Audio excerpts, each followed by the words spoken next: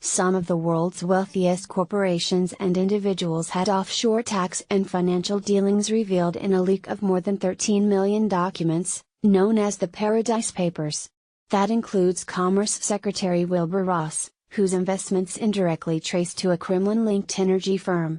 Lisa Desjardins talks to Sasha Chevkin of the International Consortium of Investigative Journalists. Read the full transcript. John Yang Now. A new series of investigations reveals the offshore financial dealings of some of the world's wealthiest people and biggest corporations. The stories are tied to what's being called the Paradise Papers, a leak of more than 13 million documents from a Bermuda law firm, offshore havens and other corporate registries. They show how trillions of dollars are moved around, often illegally, and how taxes and regulations can be ducked. Lisa Desjardins has the story. Lisa Desjardins. The papers were leaked to a German newspaper and then shared with the International Consortium of Investigative Journalists, in all, more than 380 journalists in 67 countries. One of many investigations getting a lot of attention, the investments of Commerce Secretary Wilbur Ross. Ross kept a stake in a shipping company called Navigator Holdings after he became secretary.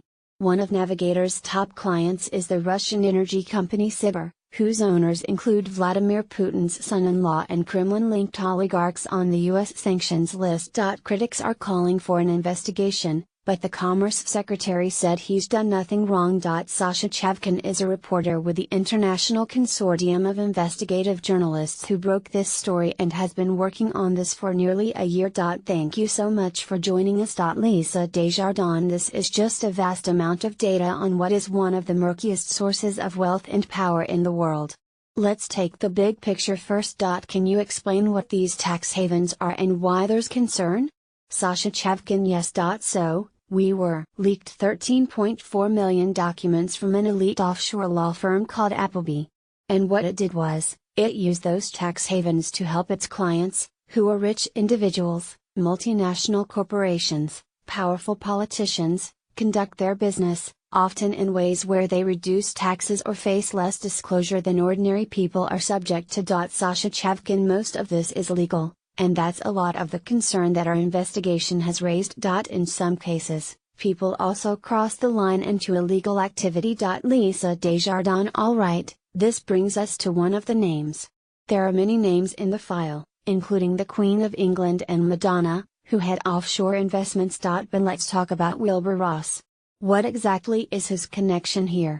Sasha Chevkin. Well, Wilbur Ross and his private equity firm, W.L. Ross & Company, was one of the biggest clients of this offshore firm's, Appleby, with more than Cayman Islands companies. We were able to trace a personal stake that Ross held through Cayman Islands companies in Navigator Holdings, the shipping company that has ties to this Kremlin-linked energy firm. Wilbur Ross. My obligation is to disclose companies in which I'm an officer, a director, or an investor. I am neither an officer nor a director nor an investor in Subcriber.